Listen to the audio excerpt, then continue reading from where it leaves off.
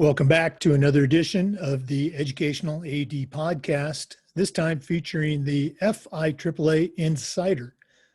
We couldn't do these podcasts without the incredible support of our sponsors, and we want to take a moment to say thank you. First, thanks to our diamond sponsor, Varsity Brands, including BSN, Varsity Spirit, and Herff Jones. Varsity Brands, elevating student experiences in sport, spirit, and achievement. We also want to say thank you to our platinum sponsors, including Ephesus Lighting, innovating a brighter future at every level. Gilman Gear, always a step ahead. Camp Mobile, where teams communicate better. Hometown Ticketing, simple and easy online ticketing. And Vital Signs, bring student achievements to life. Thanks to all of our great sponsors. Welcome back, everyone, to another edition of the Educational AD, this time featuring the FIAAA Insider. Our guest today is a good friend, Amber O'Malley. Amber is a certified athletic administrator, and she's the Senior Associate AD and the Middle School Athletic Director at the Community School of Naples in Naples, Florida. Amber, welcome to the podcast. Hi, Jake. Thanks for having me. Happy to be a part of this, and thanks for all you've been doing, getting this podcast going for everyone to, keep in good communication and keep learning. Oh gosh, well, thank you. We were very glad to get you, have someone from Southwest Florida, represent. Well, as you know, the life of an AD is extremely busy, and we're going to jump right into it. We always like to let our listeners have a chance to get to know our guests. So tell us a little bit about yourself, where you grew up, where you went to school and college, and how your love of sports kind of led to this career in athletic administration. Yeah, okay. Well, that's a fun one. So I'm in Southwest Florida now in Naples, but I'm not from here. I was born and raised on Long Island, New York. Lived there my whole life up until moving here 5 years ago for this job. I played sports my whole life, started off super young. I actually started off playing soccer, was my first sport. That did not last very long for me because I'm not a huge fan of running. Got into a bunch of other sports, softball, basketball, volleyball, tennis, played those all through middle school, high school. Eventually that translated into a college career for me. I ended up playing, my goal was to always play softball in college. So that was really my focus all throughout high school. And I turned into getting an offer for both. So I wound up playing softball and tennis at a Division II school on Long Island called Dowling College. Unfortunately, it no longer exists. It actually closed down. It was a small private school, closed down about 3 years after I had graduated. But we're still all a close-knit group, everybody that went there. And then from there, I went into coaching. Actually, in my senior year, I started coaching right away. A middle school group that I was subbing at a middle school, Shore Wading River on Long Island. And so I started my mother worked there. So I was like, I'll just sub there until I get a permanent job somewhere. And so I got into working with the middle school there. The following year, they asked me to be the varsity coach. And so I took on, we had a good group. We went kind of far into playoffs for our first year being together. And we had a fun group of it was half seniors and then actually half eighth graders. And that's pretty rare in the big public school to have eighth graders on a varsity team.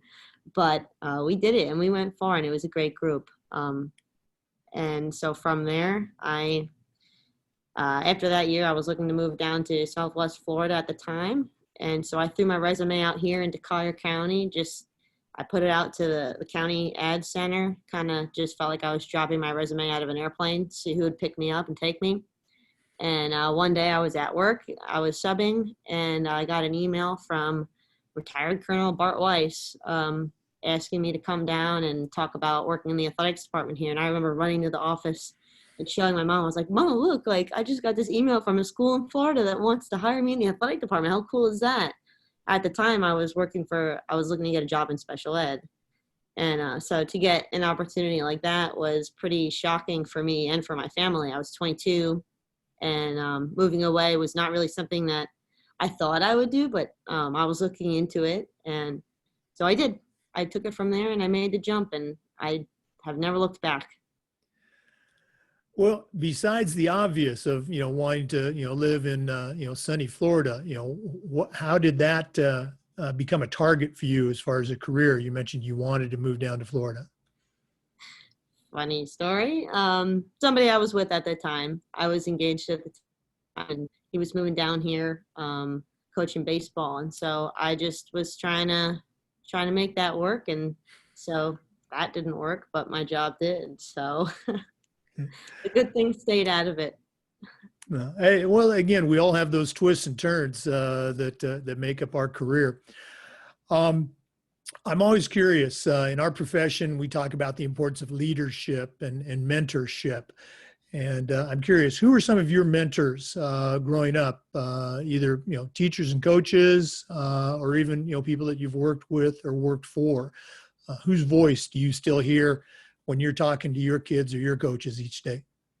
That's a good question, because there's two coaches of mine that I always think back to and I reflect back on the good times, good messages that I received from them, and I still have good relationships with them.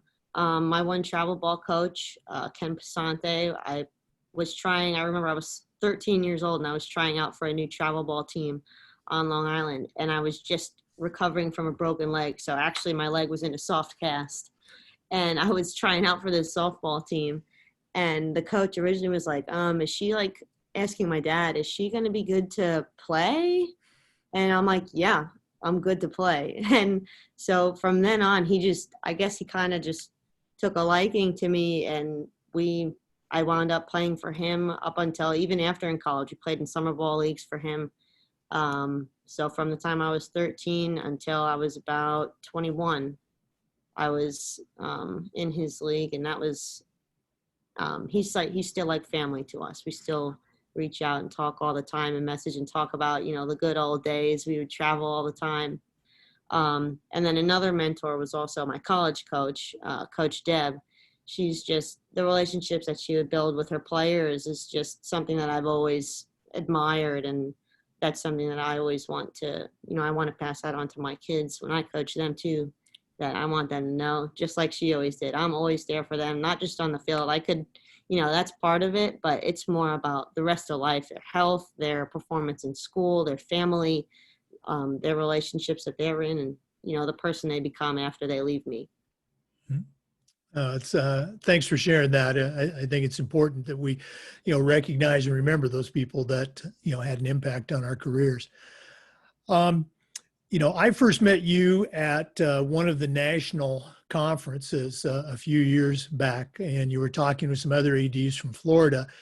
And, to make a long story short, I'd like you to share, you kind of ran a pretty big event at your school. And I think it's fairly unique. And I ask because I think it's a great example of, let's say, a younger AD really taking on a task and hitting it out of the park. And I think it's the opposite of, I'm young, or I'm new, and I don't know what to do. So kind of share with our listeners, that big event that you ran. Yeah, so I started working here in fall of 2015, and I would say probably within my first month, I was just, I was still figuring out how to organize my desk then and all my files. And one of our parents came in with our basketball coach, and they sat down and they said, hey, like, here's a file of ideas, things that we would like to see. And one of these things is we would like to run a girls basketball tournament. The boys have all these tournaments that they can go to around the holidays, and winter season is hard because you have the break for Thanksgiving. We have a break for exams, break for this. So we really need a tournament to get some good quality games in for our girls over the holidays. And I'm like, okay, and at this point, again, reminder, I was 22. And so I'm thinking, I've played in plenty of tournaments, but I have no idea what goes on the back end. So there's a huge transition from being the player to the organizer. And so that was again, this was back in 2015. So I was figuring out, okay, how can I run this tournament? So I I just was like, I gotta grind. It's time for me to grind. So I started working my first year. That first winter, I ran a tournament with 8 pretty local. It was, well, 4 local and then 4 out of state teams, but they were fairly local. I think the farthest team we had there was Kentucky. So we had an 18 tournament that year, and from that, the following year, it was a success. And actually, our girls team did win, so that was pretty good. That team went to states that year; they were very good. So I made the parents happy that year. Then after that, I was contacted by somebody who ran a college tournament here, and he said, "Hey, like I saw that you guys just ran this lovely tournament there. So what I want to do is I want to hand my event off to you." And so I said, well, I don't know. The mother that had originally come to me with this tournament idea, her daughter had graduated. That was her senior year. So I said, all right, maybe we could change it up a little bit. So then the following year, I took over this other company. And so we called it the Naples Holiday Shootout.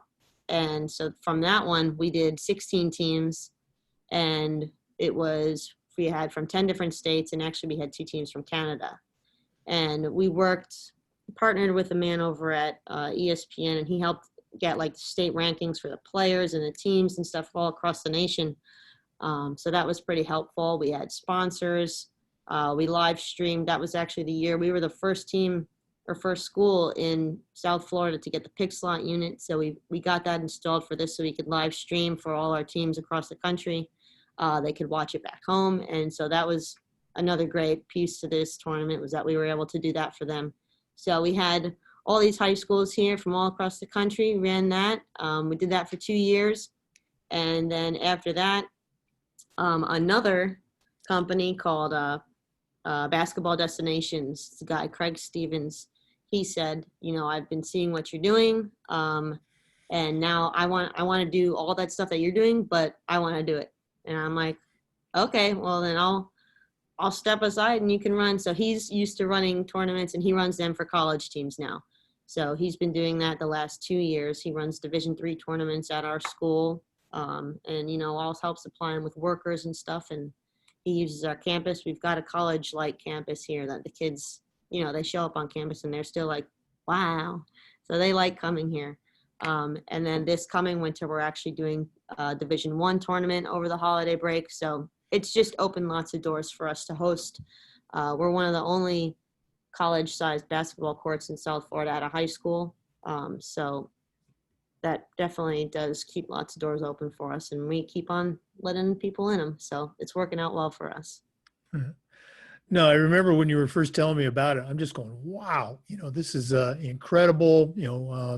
Again, young person, but, a tremendous go-getter. Hats off to you. And I wouldn't be doing my job if I didn't say, it's that CMAA project, just waiting to happen. So there, I got it in. Yes, thank you for reminding me. Let's go and talk a little bit about, NIAAA and FIAAA. Again, we just had our board of directors meeting. For our listeners, Amber's a member of our board and has been for a number of years. But again, share with our listeners how you got involved, with the state association, and now, you're also involved at the national level as well. Yeah, so I had a fun time getting involved, and I still do. Obviously, I wouldn't be a part of it if it wasn't a great group. My first year, I think it was the state conference that you guys had in Orlando in May of 2016. So that was the end of my first year working in athletics, that my boss kind of said, hey, there's these conferences that you can probably find online. You can sign up for them. And I'm like, so I did my research. I asked around. And so I went to my first conference. I didn't know what was going on. But I remember I took a full load of classes, 4 classes. I attended all the breakouts, and I took it so seriously. And I still do, obviously, because I'm still around. And but I remember going to my first class there, and it was one of the legal courses, and I was like listening to them talk about all these lawsuits and things like that. And so there's one thing that comes from the experience of being on the job, and then there's whole nother set of knowledge that you get from these courses and stuff that are offered at these conferences. And it was just mind blowing to me, thinking, wow, like so much stuff that I need to learn to be ready and prepared to do my job as good as I can. So that's when I knew this was a good thing that I just started on here. And so from there, it was in one of the hospitality suites at the conference where I started talking to. There was Cam Harrison, and Russell Wambles caught my ear for quite a while.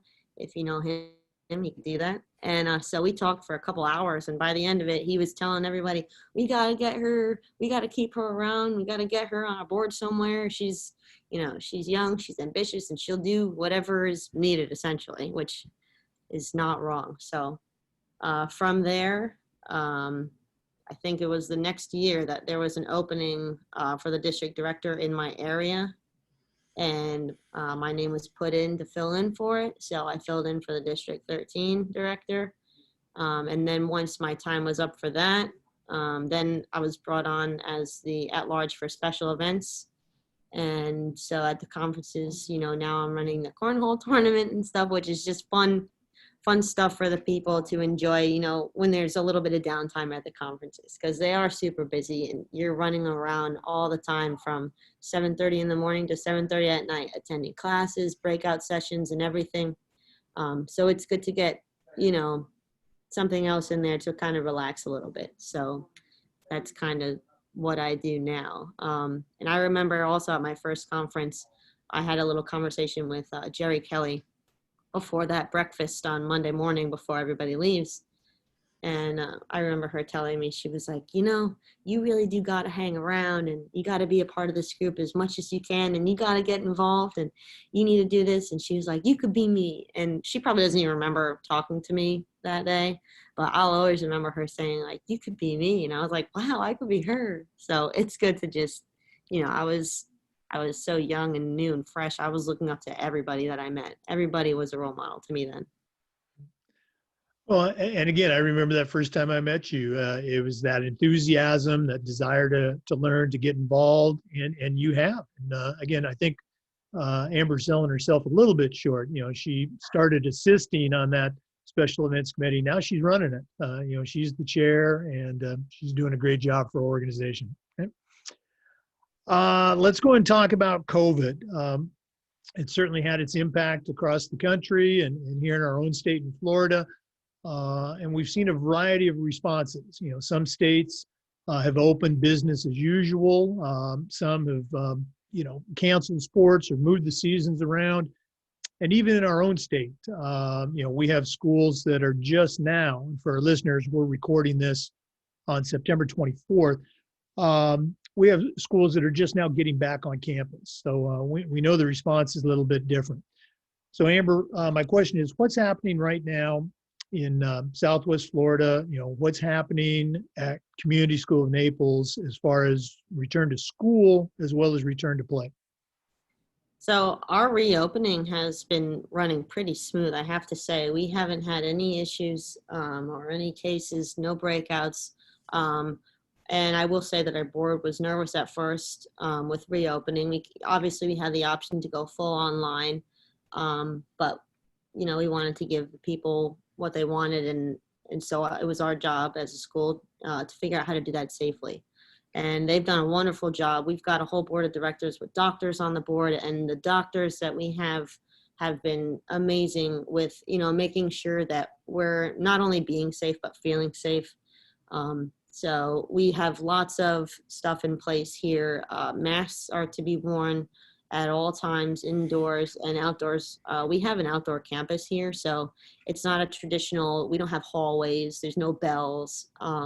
Again, we're a college prep school, so, the class ends and the kids go outside. They're not hanging around inside.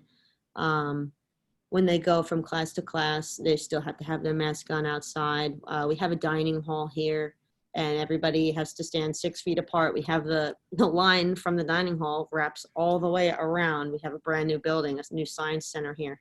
They have tape marked 6 feet apart all the way around the whole new building for this lunch line for the kids to get their food. But they've done a nice job. All the food is now prepackaged to go. So instead of going in and, you pick your own stuff. We used to have, basically, we had a whole salad bar, we had a whole sandwich bar. That stuff has changed dramatically. Everything is now in to-go boxes. So you go in, you get a little shopping bag. It's really fun. And then you take like your meal, you get sandwiches and everything. So that's wonderful. That keeps everybody safe. That's probably in the school day, maybe one of the most challenging places to keep safe is the dining hall. That's a chance for the kids to socialize and be around each other and not be sitting in a desk still. So I think we've done a really good job with that. But then in terms of athletics, we temp check everybody that comes in to the building, fans, players, everybody. We're running at a 25% capacity right now for indoor and outdoor events. For our volleyball, that's a little bit easier. The teams are smaller, so they get 4 family members per person. Our football games, that's outdoor stadium, and we've got an 1,100 person capacity new stadium out there. And so the kids are able to bring 4 family members for that. So we've been keeping everybody, socially distanced, clean. We've set up, there's hand sanitizer pumps all around campus outside. We've got all the awesome, the signage from BSN. So we work with BSN and we got all their stuff all around campus. When you step on our campus, you know that we're working with them. It's everywhere. So no one's ever confused and everybody knows what's going on. Everybody knows that we're a mask school and we're clean and we're socially distanced. 2 questions. What are you doing with regards to ticketing? Are you online ticketing? You do it, cash? What are you doing with tickets? No. So what we do is, like I said, so we're at 25% capacity. To us, that means 4 family members per person. And for visitors, for volleyball, they're allowed 4 family members per person. For football, it's 2 family members per person because their rosters are bigger. So we get their rosters ahead of time. If they have, 40, if they have 40 kids on their roster, then they get 2 per person. We got to check them off as they come through. So, and then same for volleyball. We have their rosters. We check them off as they come through. We have in our bleachers, we have stickers like sit here. So we kind of try to cluster the family members together, keep them in groups of 4 inside and outside. We have sections outside. For our home fans, that is, we have sections of freshman, sophomore, senior, junior section for everybody to sit together by family over there. And we hand out the 4 tickets for our kids. We hand them to the kids on Wednesday before their Friday games. And they're, we have written on the back of their tickets, O'Malley 1, O'Malley 2, O'Malley 3, O'Malley 4, and everyone gets a bracelet. So we know and especially, I don't know how we ended up being this lucky, but we've had 4 straight home games and it's been stressful, but it's been great. We're lucky to be able to do this and have the fans that we're allowed to have right now. Mm-hmm. One challenge that we've had, and I've talked to some other EDs, not so much for volleyball, but for football games, is the tendency of students to want to clump together. Have you had that challenge? And if so, how'd you deal with it? Not quite exactly that challenge, but we've had the kids try and come. So we're not allowing our students to come unless they're family members. Mm-hmm. So if we have 40 kids on our football team, then that means 4 family members per person. And we are strict about it. Our headmaster stands at the gate with our ticket takers, and there is no exceptions. Nobody is getting in that shouldn't be here. And they try every week. They'll always try, and I'll give them credit for trying, but the rules are rules. And, so we got to tell them they got to be patient. And when they're allowed to come, they'll be able to come, and we'll be happy to have them. Okay. Well, again, hopefully, by the time this is aired, things will be still trending in a positive direction. We'll be able to have more kids, more students at the games. Yeah. Another question we've been asking our EDs on the podcast. Last spring, in addition to COVID, we also saw a real increase in the awareness of social issues, social justice, if you will. The events in Minneapolis and Atlanta, and then, a month or so ago in Wisconsin. And my question is this: what are some things that we can do as athletic directors? What can we do better in this area of social awareness? Yeah, so I guess the simple solution to this, or the simple answer to this question is, we just have to preach to our players and our coaches to always be a part of the solution, not the problem. Whatever it is, whatever social issue it's in regards to, be a part of the solution, not a part of the problem. And that starts with it starts with us as administrators, and the trickle effect where it'll go down. We got to push this onto our coaches, and then from there our coaches can push it onto our players to be outstanding citizens on the field, off the field, in the classroom, at the grocery store, wherever it is. You have your beliefs, and that's great. You stand up for your beliefs, but just know that you might not always be able to change everyone else's, and that's okay. So whatever it is, just be a part of the solution and not the problem. I appreciate you sharing that. Let's go and shift gears a little bit. I always ask the athletic directors, what's your favorite part of the job? And we always say, it's about the kids. And it is, of course, we love being with the kids. But outside of that aspect, what are some of your favorite parts of being an athletic director at Community School of Naples? What gets you excited about coming to work each day? I guess I have two answers to that. I have a favorite part of being an AD, and then a favorite part of being an AD here. My favorite part of being here is, so we started this global exchange program kind of where, the students that are student athletes, they're not able to enjoy the same experiences that our other students are able to. They have, we send our kids to California, we send our kids to Spain, we have kids going everywhere for all these different clubs and stuff in their classes and their field trips. And our student athletes don't necessarily get to enjoy that because they'll be missing, a week of sports, and they can't do that, or they don't want to do that. So what we've been able to do is we've partnered up with Global Football Foundation, and from there we've been able to send our football team to Ireland, our volleyball team to Italy, and we were actually supposed to do our football and cheer again this past August to Ireland. Unfortunately, that didn't happen for obvious reasons. So we're hoping to get that going as soon as we can. I was looking forward to seeing the Notre Dame Navy game, but not this time. That's probably my favorite part of being here. But my favorite part in general, I would probably say, is honestly signing day is the best. Seeing the kids sign to, their dream schools, and they're up there with their parents and they're talking about their time here, and hearing their coaches talk about them and their performance over the last couple of years. And lots of these kids, and I've been here 5 years now, so the kids that are now signing, I remember them in middle school, and there's big changes that happen from middle school to high school. Middle school, you might be a punk, and now this child is signing. He's not that kid anymore. He's signing to his school, and he's going off to do bigger, greater things, and he's thanking us for us helping him. And it's wonderful. It's honestly emotional. It's like a wedding. So that's probably my favorite part of being here. Yeah, oh, you made me think of some of the signing days that we've done. You're right. Those are just, they're the best. Okay. Yeah. Well, Amber, this has been great catching up with you, but we're not done yet. We always like to wrap up with what we call the athletic director's toolbox. Now, even though some people might say you're a young AD, you're certainly an experienced AD and a successful one at that. But I'm tasking you with sending out a brand new athletic director on the very first job.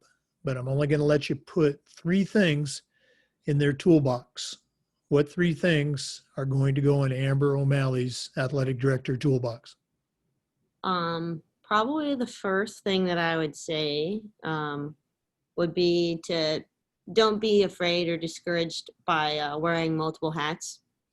It's something that, especially as a new AD, you might get thrown into, doing things that you never thought you'd be doing before, outside of your normal, you're not just a coach. You're not just, a teacher to your coaches. You're also now a facilities person. You're also now an IT person, learning how to work the scoreboards and LED boards, video boards, and all that stuff.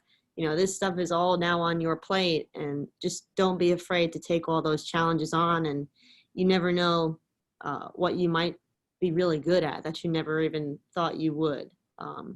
So just whatever gets thrown at you, take it head on, and don't be afraid to throw on another cap anytime that happens. And you're just building yourself, and you'll get more comfortable with doing it, and you'll surprise yourself. So don't be afraid to do that. I guess the second thing probably would be get involved with the FIAAA, get involved with your state association, because again, like, you'll learn so much more than you thought you ever would. There's so much more information out there. And the best thing for anybody is always experience.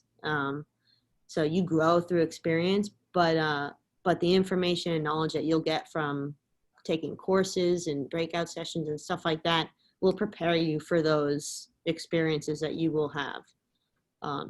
And simple, like, networking stuff. So I would definitely say that. And maybe the last thing is to just take time for yourself. And, you have to be the best person that you can be to push that on to everybody else around you, everyone that you're working with, everyone that you're coaching, teaching. You have to be, your number one version of yourself, and people will see that. So you have to enjoy what you're doing, enjoy it, take time to go home and not check your email sometimes and just watch a movie or whatever it is. And on the weekend, sometimes don't be on call 24/7, and just take that time, because you need to be happy to enjoy what you're doing, and that'll be important, but it pays off. Oh, absolutely. Great advice. And again, coming from somebody who talks the talk and also walks the walk. Okay. Yeah. Well, Amber, continued success, not just for your teams, but for you. And to our listeners, thanks as always for listening. Come back again next time for another edition of the Educational AD. Thanks again for listening to the Educational AD podcast. Remember, these episodes are also available to watch on the Educational AD FIAAA YouTube channel. Thanks again for listening.